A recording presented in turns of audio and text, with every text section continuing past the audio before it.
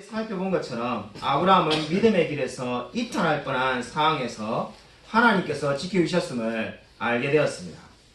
하나님께서 이제 아브라함을 지켜주셨는데 이제 아브라함은 그저 애굽 땅에 계속 머물러 있는 것이 아니라 가나안 땅으로 돌아왔습니다. 그러면 우리가 어떤 생각을 가지기 쉽습니까? 결론적으로 아브라함이 약속을 믿고 가나안 땅에 계속 머물러 있는 거나 애굽 땅에 갔다가 다시 가나안 땅에 온 거나 결론적으로 매 한 가지가 아닌가라는 생각을 가질 수가 있습니다. 그러나 결코 그렇지가 않습니다. 아브라함은 애굽에 내려가서 두 가지를 얻어왔습니다. 그리고 이 두 가지가 아브라함의 인생에서 계속해서 장애물로 등장합니다. 오늘 우리 성경에 나와 있는 본문의 말씀 외에 먼저 우리가 하나 얻어온 것을 말한다면 첫 번째 애굽에서 아브라함이 얻어온 것이 하갈이었습니다. 창세기 16장 3절을 보면은 하갈은 사레가 애굽에 머무는 동안에 그때 여종으로 취한 사람이라는 것을 알 수가 있습니다.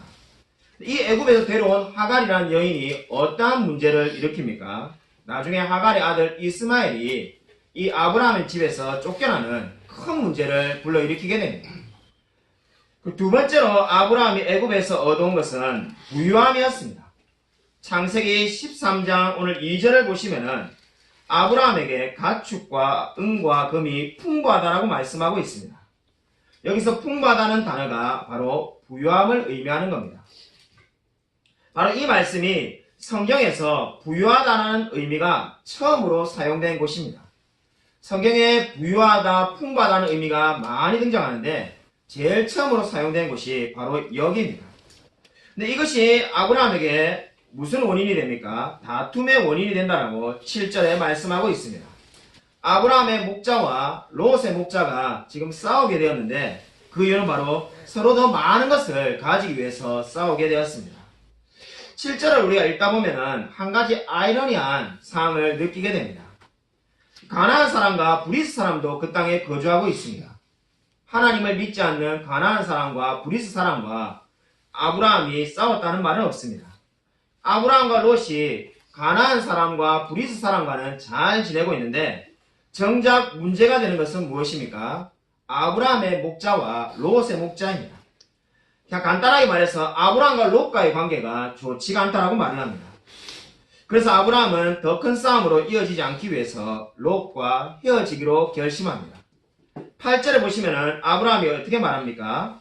너가 자하면 나는 우하고 너가 우하면 나는 자하겠다라고 말씀하고 있습니다. 이 말씀에서 우리는 아브라함이 얼마나 온유한 사람인지를 알 수가 있습니다. 온유함이 뭡니까? 온유함은 그저 연약함이나 우유부단함을 말하는 것이 아닙니다. 온유함은 내가 마땅히 주장할 수 있는 권리가 있지만은 그것을 기쁘게 포기하는 것을 온유함이라고 성경은 말을 하고 있습니다. 그러니까 아브라함에게는 먼저 땅을 주장할 마땅한 권리가 있었습니다. 모든 면에서 아브라함은 롯보다 주장할 수 있는 권리가 있었습니다. 왜냐하면 롯은 아브라함의 형제 하란의 아들이었기 때문입니다. 그러니까 롯은 아브라함의 조카였는데 아브라함은 조카 롯보다 자신의 권리를 주장할 수 있었지만은 그것을 주장하지 않고 기쁘게 포기하였습니다. 이것이 아브라함이 보여주는 온유함이었습니다. 우리가 성경 읽다 보면은 어떻게 아브라함이 이렇게 살 수가 있는가 이런 생각을 하기가 쉽습니다. 어떻게 아브라함이 이렇게 온유할 수가 있을까요? 저와 여러분도 이런 사람이 되고 싶은데 어떻게 해서 아브라함이 이렇게 온유하게 살아갈 수 있었습니까? 온유한 사람이 되기 위해서는 하나님께서 나의 모든 것들을 채워주신다는 믿음이 있어야만 합니다. 아브라함이 자기의 권리를 기쁘게 포기할 수 있었던 이유는 내가 지금 이 땅을 선택하지 않아도 하나님께서 가장 좋은 거로 인도해 주실 거라는 믿음이 있었기 때문입니다. 그러한 믿음이 없이는 절대로 자신의 권리를 포기할 수가 없습니다. 우리가 왜 끊임없이 염려합니까? 우리가 미래가 불안해서 염려한다라고 쉽게 대답합니다. 그러나 그 말 속에는 하나님께서 내 모든 것들을 예배해 주셨다는 그 믿음이 없기 때문입니다. 다르게 말해서 우리가 염려하는 이유는 하나님이 내 삶을 인도하신다는 확신이 없기 때문에 염려하는 것입니다. 1세기 초대 교인들의 이야기입니다. 1세기의 기록들, 교회사를 읽어보면 한 가지 흥미로운 사실을 발견하게 됩니다. 이 상황에 똑같은 이름이 너무나 많이 나온다는 것을 알게 됩니다. 티테디오스라는 이름이 있는데 그 이름이 너무나 많이 등장합니다. 티테디오스 요한, 티테디오스 바울, 티테디오스 알미니우스, 이렇게 말하는 이름들이 계속해서 등장하는 것을 발견하게 됩니다. 티테디오스라는 말의 의미는 결코 염려하지 않는 사람이라는 뜻입니다. 그러니까 초대교회 예수를 믿는 사람이 자기 이름을 바꾼 것이 아니라 이름 앞에다가 마치 우리 호를 하나 붙이는 것처럼 티테디오스라는 이름을 하나 붙이는 것이 좋아하는 유행이었습니다. 왜 이름을 그렇게 하나씩 붙였을까요? 자신들이 하나님을 믿고 나서 보니까는 그전에는 너무나 염려하고 걱정하며 근심하며 살았는데 이제 그 모든 염려들이 사라지게 되었다는 겁니다. 그래서 티테디오스라는 나는 결코 염려가 없는 사람이라는 이름을 그 앞에 붙이기를 원하였습니다. 이것이 바로 무엇을 의미합니까? 바로 그리스도인들은 이제 모든 염려에서 해방된 사람이라는 것을 알려주고 있습니다. 여러분 진정으로 모든 염려를 주님께 맡기며 살아가고 있습니까? 오늘 성경이 말하는 것처럼 모든 염려를 주께 맡기는 자만이 온유한 자로 살아갈 수가 있습니다. 아무쪼록 오늘 성경 말씀처럼 모든 염려를 주께 맡기며 날마다 온유한 자로 살아가는 우리 성도님들이 되시기를 간절히 축원합니다. 이 시간에 우리 10절 말씀을 우리 한번 같이 읽겠습니다. 10절 말씀 우리 같이 한번 읽겠습니다. 네, 시작. 이에 롯이 눈을 들어 요단 지역을 바라본즉 수알까지 온 땅에 물이 넉넉하니 여호와께서 소돔과 고모라를 멸하시기 전이었으므로 여호와의 동산 같고 애굽 땅과 같았더라. 아브라함이 선택권을 포기함으로써 이제 롯에게 선택할 수 있는 기회가 생겼습니다. 이 롯이 땅을 선택한 기준이 무엇이라고 성경이 말을 하고 있습니까? 성경은 롯이 눈을 들었다라고 그렇게 말을 하고 있습니다. 눈을 들었다는 것이 무엇을 의미일까요? 눈은 유혹이 가장 먼저 들어오는 것이 눈입니다. 우리가 성경에 많은 예를 찾아볼 필요도 없이 다윗이 밧세바를 간음하게 된 이유가 눈으로 보았기 때문입니다. 그렇기 때문에 눈에서부터 모든 제약이 시작되는 겁니다. 에덴 동산에서도 선악과를 보암직하다라고 말을 하고 있지 않습니까? 그래서 결국 아담과 하와가 선악과를 먹게 되었습니다. 지금 롯이 눈을 들어서 본 땅이 어땠다라고 성경은 말씀하고 있습니까? 10절 마지막에 보면은 우리가 중요하게 보아야 될 표현이 나오는데 애굽 땅과 같았더라 이렇게 말씀하고 있습니다. 애굽 땅과 같았다는 말이 무엇을 의미합니까?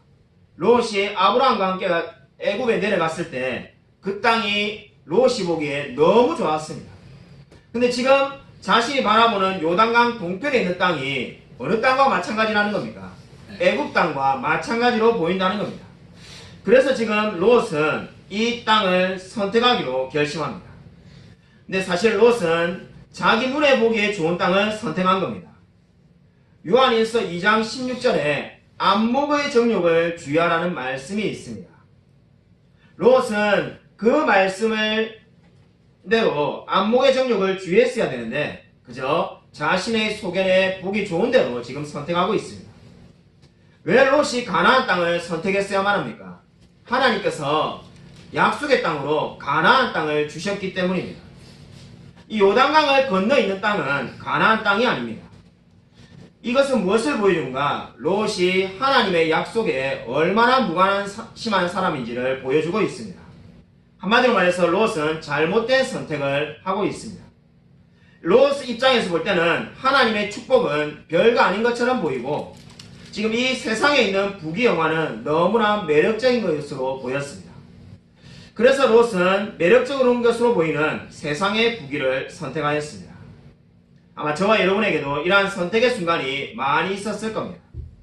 그리고 앞으로도 이러한 선택의 순간은 찾아오게 될 겁니다. 여러분은 어떤 기준을 가지고 선택하고 있습니까?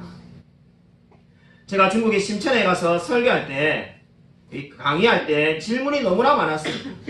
얼마나 질문이 많은지 질문을 다 대답하면은 화장실에 갈 시간이 없을 정도로 질문이 많았습니다. 근데 몇몇 분들이 질문을 하는데 그 질문의 수준이 상당히 수준이 높았습니다. 그래서 제가 이하평 목사님이 잘 가르쳤는가 라는 생각이 들어가지고 이하평 목사님이 그렇게 가르쳤습니까? 라고 물었습니다. 그러자 자기 교회 성도님이지만은 자기가 가르친 게 아니고 이미 그런 수준으로 교회에 왔다는 겁니다.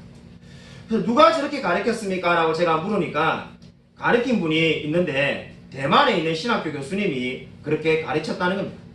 그래서 제가 처음에는 어떻게 생각했냐면은 그 교회 신천에 있는 분들이 말씀을 배우려고 대만까지 가서 공부하고 왔구나 이렇게 생각했습니다. 근데 그게 아니라는 겁니다. 대만의 신학교 교수님이 정말 앞길이 보장되어 있는 길을 다 포기하고 중국 신천에 와서 개척을 하셨다는 겁니다. 제가 깜짝 놀랐습니다. 아니 세상에 신학교 교수님이 그 안전한 직업을 버리고 왜 중국 신천에 와서 개척을 했습니까? 그러자 이 죽어가는 신천에 있는 영혼들이 너무나 안타까웠기 때문에, 왜냐하면 신천의 목회자 중에 이 신학교 교육을 받은 분이 너무나 없기 때문에 자기가 가서 가르치게 된 소명을 느끼고 중국 신천에 모든 것을 포기하고 자비를 들여서 개척을 했다는 겁니다. 그래서 수십 명의 성도들을 모아가지고 이제 목회를 잘하고 계신데, 그 중에 한 부자 성도가 자기가 신학을 하고 싶다라고 말을 한 겁니다.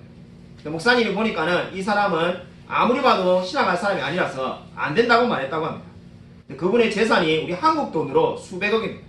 그래서 그분이 교인들에게 뭐라고 제안하기 시작하냐면은, 지금 교수님이 목회를 하면은 영적인 양식만 주지만은 내가 목회를 하면은 나는 너희들에게 돈도 주겠다 이렇게 요구를 한 겁니다. 너희가 1,000만원이 필요하면 1,000만원을 주고 한국 돈으로 2,000만원이 필요하면 2,000만원 주겠다. 그분에게 그 돈은 아무것도 아니기 때문입니다. 실제로 다 사람들에게 돈을 나눠줬다고 합니다. 그러니까 사람들이 어떻게 결정했습니까? 이 신학교 교수님을 내보내게 된 겁니다. 이 쫓겨난 교수님이 오갈 데가 없어서 대만으로 돌아가려고 하는데 몇몇 그 성도님 중에 우리가 이렇게 해서는 안 된다고 해서 그분을 붙들고 다시 개척을 했습니다. 다시 개척을 해서 또 수십 명의 교인들이 모였습니다. 비극적으로 똑같은 일이 또 반복되었습니다. 결국 2번이나 가르쳐가지고 이 교수님은 아무것도 얻지 못하고 그냥 자기 나라 대만으로 쫓겨나게 되었습니다. 이야기를 듣는데 참 안타깝다는 생각이 들었는데, 교수님이 인생을 낭비한 게 아니라는 것을 그 가르친 성도님들을 통해서 알게 되었습니다. 그분들이 자신들의 한 결정들을 후회하지만은 결국은 보니까는 굉장히 뛰어난 성경 실력을 가지고 있었습니다. 어떻게 해서 그렇게 많은 성경 실력과 좋은 신앙을 가지게 되었는가? 결국 한 사람이 자신의 모든 것을 버리고 헌신하였기 때문입니다. 오늘 성경이 저와 여러분에게 말씀하시는 중요한 교훈이 무엇입니까? 하나님을 위하여 모든 관점을 가지며 하나님을 위하여 인생을 선택하며 나아가라는 겁니다. 오늘 롯의 잘못은 자신이 보기에 좋은 것을 선택하며 살았습니다. 근데 아브라함은 이제 베델에 와서 다시금 예배를 드리고 영적으로 회복하고 난 다음에는 이제 완전히 다른 사람이 되었습니다. 그는 하나님의 관점에서 다툼을 막기 위해서 롯에게 모든 것을 택하라고 말하며 양보하고 있습니다. 여러분, 우리 14절 말씀을 같이 함께 읽겠습니다. 우리 14절 말씀 함께 읽겠습니다. 네, 시작. 롯이 아브라함을 떠난 후에 여호와께서 아브라함에게 이르시되 너는 눈을 들어 너 있는 곳에서 북쪽과 남쪽 그리고 동쪽과 서쪽을 바라보라. 하나님께서 아브라함에게 눈을 들어 바라보라고 말씀하고 있습니다. 우리가 좀 전에 이미 롯이 눈을 들었다는 표현을 살펴보았습니다. 근데 이제는 아브라함에게 하나님께서 눈을 들으라고 말합니다. 이 두 말씀의 10절과 14절의 두 말씀의 차이는, 롯은 스스로 눈을 들어서 바라본 거고 아브라함은 하나님께서 눈을 들으라고 해서 하나님이 바라보라는 곳을 바라본 겁니다. 한마디로 말해서 롯은 욕망을 따라서 선택하였고 아브라함은 하나님의 말씀을 따라서 선택한 것입니다. 여러분, 하나님께서 눈을 들어서 바라보라고 했는데 거기에 뭐가 있었습니까? 15절에 보면은 하나님께서 예비하신 땅이 있었습니다. 하나님께서 이미 아브라함과 아브라함 자손에게 줄 땅들을 다 예배해 놓고 있었습니다. 그 모든 것을 주시겠다는 겁니다. 우리 인간적인 상태로 보면은 아브라함이 자신이 선택할 수 있는 권리를 포기한 것이 손해를 본 거라고 생각할 수 있습니다.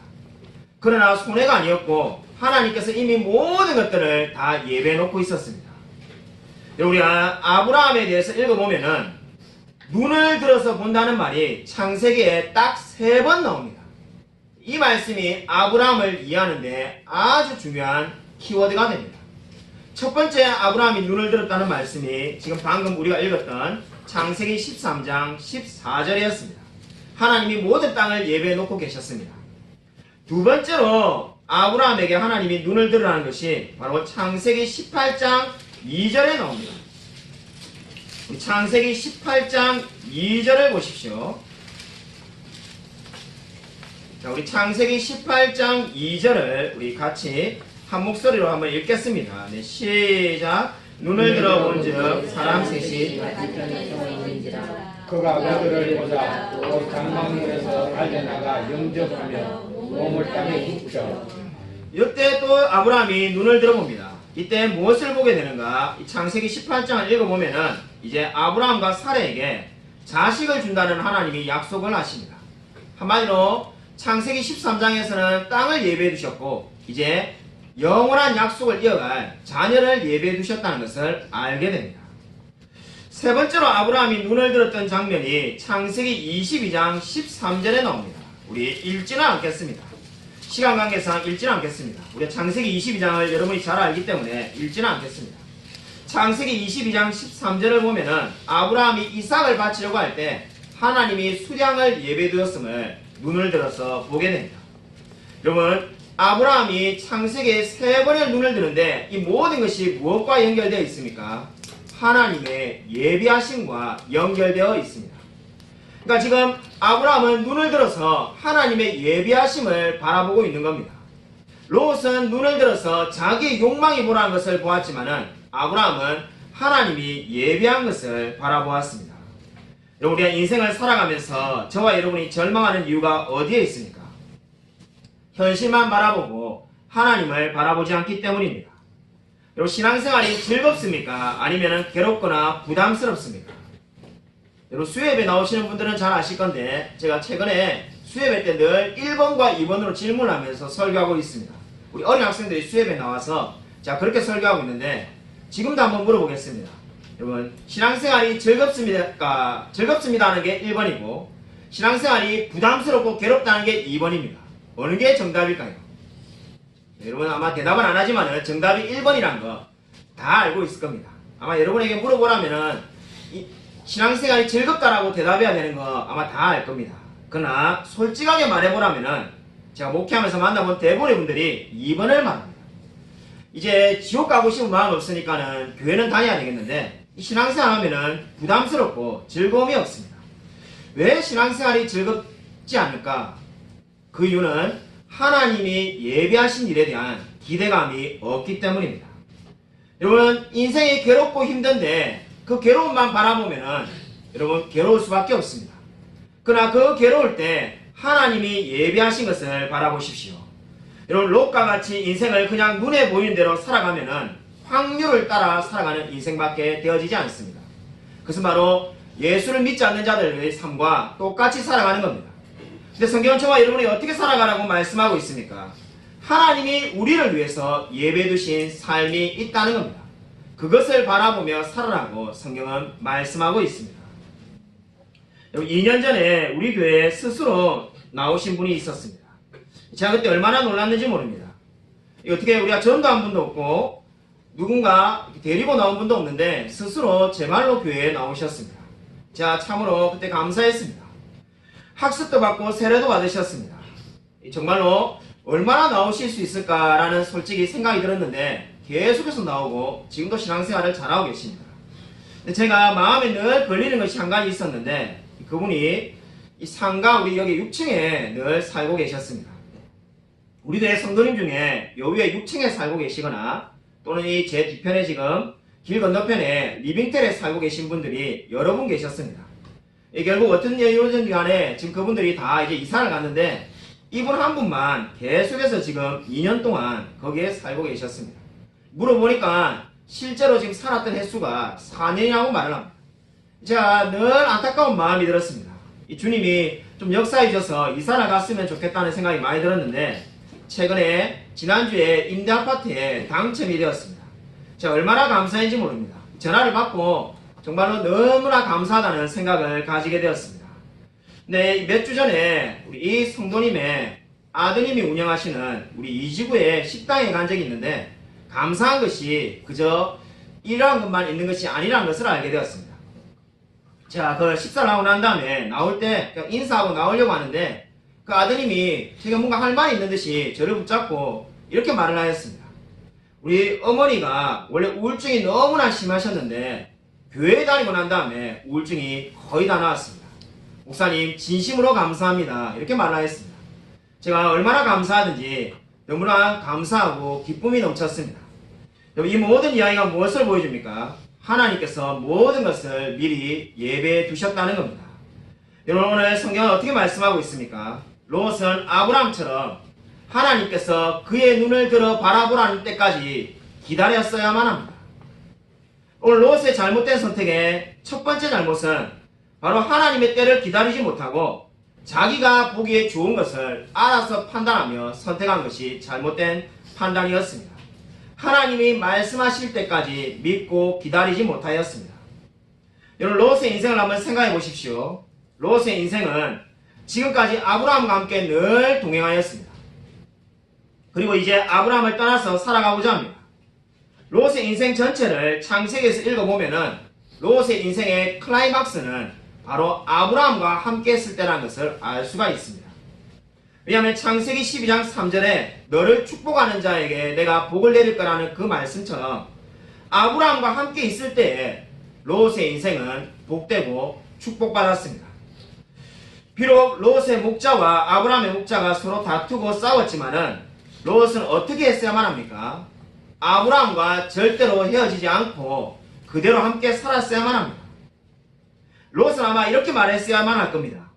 아브라함과 함께 살고 싶습니다. 우리 헤어지지 말고 그대로 삽시다라고 말을 했어야만 합니다. 그렇게 가나안 땅에 약속의 땅에 남아 있었어야만 합니다. 근데 아브라함과 헤어진 롯의 삶이 어떠하였습니까? 한마디로 그냥 내리막길이었습니다. 우리가 창세기에 나오는 이 롯의 삶을 보면은 이 내리막을 걷는 롯의 삶을 우리가 세 장면으로 크게 나누어서 살펴볼 수가 있습니다. 먼저는 우리 첫 번째 잘못된 선택이 13장 10절에 롯이 소돔을 바라본 것이다라고 말씀을 드렸습니다. 그리고 두 번째로 롯이 잘못된 선택을 한 것은 바로 13장 12절에 있습니다. 롯이 장막을 소돔 가까이에 세운 것입니다. 그리고 세 번째로 롯이 잘못한 선택이 창세기 19장 1절에 나옵니다. 창세기 19장 1절을 제가 읽어 드리겠습니다. 저녁 때에 그 두 천사가 소돔에 이르니 마침 롯이 소돔 성문에 앉아 있다가 그들을 보고 일어나 영접하고 땅에 엎드려 절하니. 창세기 19장 1절을 보면은 롯이 소돔 성문에 앉아 있었다라고 성경은 말씀하고 있습니다. 성경은 그냥 여기에 앉아 있었다는 의미가 아니라 이 말씀의 의미를 보면은 여기서 앉아 있다는 말씀의 의미는 그 성을 지배했다는 의미가 되겠습니다. 그러니까 지금 소돔이 얼마나 악한 곳입니까? 그 악한 곳 중에 가장 뛰어난 지도자 중에 한 사람이 바로 롯이었다라고 성경은 증언하고 있습니다. 바로 앉았다는 말이 지배하다는 말의 의미를 담고 있습니다. 아마 롯이 소돔을 갈 때는 그런 말을 했을지 안 했을지 모르지만은 내가 저 악한 곳을 변화시키겠다 이렇게 말하고 갔을런지도 모릅니다. 그런데 결과가 어떻게 되었습니까? 롯은 그 소돔에서 단 한 명의 결신자도 가지지 못하였습니다. 그 누구도 하나님을 믿는 사람이 생기지 않았습니다. 심지어 우리가 롯의 이야기를 보면은 충격적이게도 롯이 소돔과 고모라를 탈출할 때 자기 아내와 두 딸만을 데리고 탈출했다는 것을 알게 됩니다. 이 이야기가 무엇을 보여줍니까? 심지어 롯의 딸들도 하나님을 믿지 않고 함께 탈출하지 않았습니다. 그래서 결국은 롯은 실패한 삶을 살 수밖에 없게 되었습니다. 제가 세 장면을 이야기했는데 이 세 장면이 무엇을 의미합니까? 롯이 바라보고 그리고 거기에다가 장막을 치고 그리고 거기를 완전히 지배하는 자가 되었습니다. 시편 1편 1절 말씀을 떠올릴 수밖에 없습니다. 여러분 이 시편 1절 말씀처럼 지금 롯이 어떻게 하는 겁니까? 먼저 바라보고 거기에 머무르거리며 그리고 이제 거기에 완전히 눌러사는 그런 사람이 된 겁니다. 여러분 오늘 롯을 보면 어떤 생각이 듭니까? 롯의 마지막을 우리가 성경에서 읽어보면 결국 모든 것을 잃어버리고 나중에 동굴에서 그의 딸과 함께 살게 됩니다. 아마 성경 읽다 보면은 롯이 하나님의 사람인가 아닌가 의문을 가지는 분들이 많이 계시는 걸로 알고 있습니다. 우리가 성경 읽다 보면은 롯이 하나님의 사람인가 아니면 거짓 그리스도인인가 아마 궁금한 분들이 많을 겁니다. 여러분, 롯이 하나님의 사람이었을까요? 아니면은 가짜입니까? 예, 우리 하나님의 사람이었습니다. 우리 성경 말씀 한 구절 찾아보겠습니다. 베드로후서 2장 7절을 한번 찾아보도록 하겠습니다.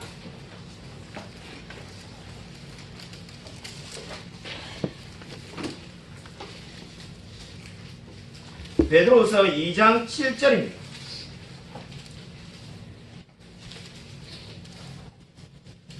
우리 신약성경 385면에 있습니다. 신약성경 385면 베드로후서 2장 7절입니다.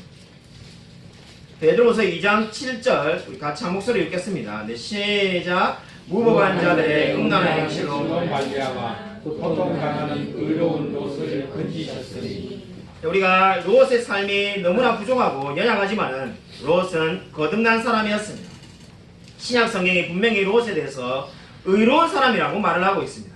우리 좀 전에 성찬식 때 하나님의 의라는 표현을 우리가 보았는데 그 표현과 똑같은 말씀이 바로 여기에 나오고 있습니다. 그러면 롯의 삶을 우리가 어떻게 말할 수 있겠습니까? 롯은 의인이었지만은 한마디로 불 가운데 구원받은 사람입니다. 고린도전서 3장에 불 가운데 구원받은 사람을 말을 하는데 그 대표적인 예가 바로 롯이 되겠습니다. 롯이야말로 예수님을 믿고 하나님을 믿었지만은 잘못된 영적인 판단으로 말미암아 계속 내리막을 걸으며 살아간 사람이었습니다. 오늘 롯의 이야기가 저와 여러분에게 주는 영적인 교훈이 무엇입니까?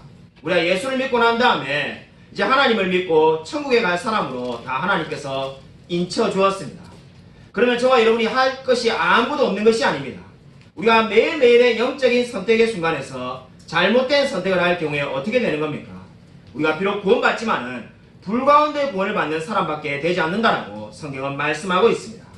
여러분, 오늘 롯의 교훈은 저와 여러분이 날마다 하나님을 붙들며 말씀을 의지하며 살아가야 되는 자임을 하나님께서 말씀하고 있습니다.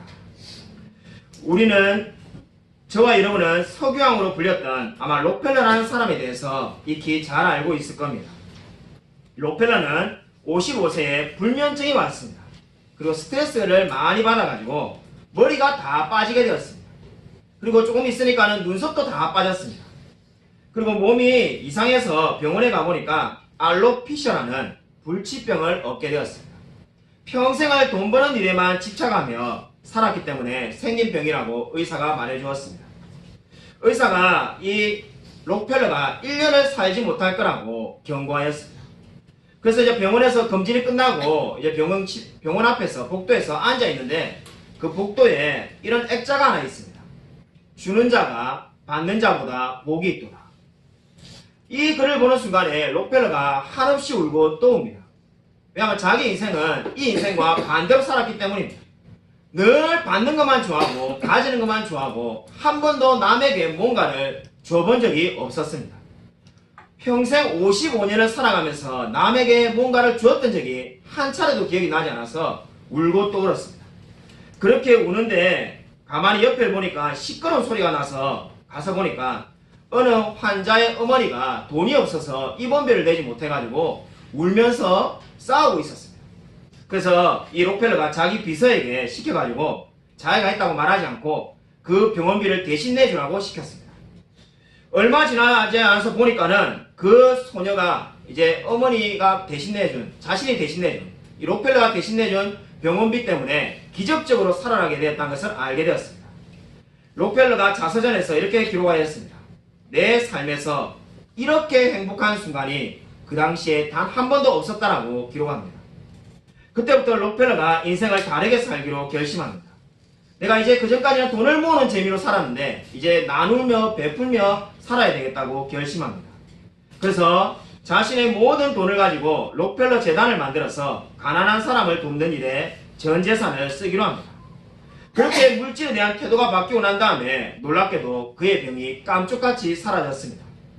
55세에 1년 안에 죽는다고 의사가 분명히 말했는데 98세까지 살게 되었습니다. 그래서 록펠러는 자신의 해고록에 이렇게 기록합니다. 인생의 전반기 55년은 늘 쫓기면서 살아왔다. 근데 인생의 후반기 43년은 늘 나누면서 행복하게 살았다라고 기록하였습니다. 여러분, 저와 여러분은 어떻게 인생을 살아가고 있습니까? 오늘 성경 말씀이 저와 여러분에게 주는 영적인 교훈이 무엇입니까? 롯은 비록 하나님을 믿는 자였고 구원받은 자였지만은 하나님의 약속을 믿지 못하였습니다. 그저 눈에 보이는 대로 삶을 살아갔습니다. 그리고 그 잘못된 선택으로 말미암아 영적으로 계속 내리막길을 걸을 수밖에 없었습니다. 여러분의 인생을 무엇을 따라 살고자 합니까? 너무나 짧은 인생을 저와 여러분이 지금 살고 있습니다. 그리고 우리의 삶은 결코 다시금 돌아올 수가 없습니다. 우리 오바마 대통령이 한 말인데 우리 욜로라는 말이 있습니다. Your life is only once라고 인생은 단 한 번밖에 없는 삶을 우리가 지금 살아가고 있습니다. 저와 여러분의 인생이 4번, 5번 산다면은 이렇게도 해보고 저렇게도 해볼 수가 있습니다. 근데 저와 여러분은 지금 단 한 번밖에 없는 삶을 살아가고 있습니다. 여러분, 롯처럼 눈으로 본 대로 살지 마십시오. 오늘 아브라함에게 하나님이 눈을 들으라고 말한 것처럼 하나님께서 저와 여러분의 눈을 들어서 하나님이 예배하신 것을 바라보라 할 때가 분명히 있을 것을 믿고 하나님의 말씀을 기다리십시오. 인생에 어려움이 있습니까? 고난이 있습니까? 괴로움이 있습니까? 하나님이 저와 여러분에게 예배한 것이 반드시 있음을 믿고 하나님의 말씀을 기다리십시오. 아무쪼록 늘 하나님의 말씀을 믿고 하나님의 때를 기다리며 살아가는 저와 우리 모든 성도님이 되시기를 주님의 이름으로 간절히 축원드립니다.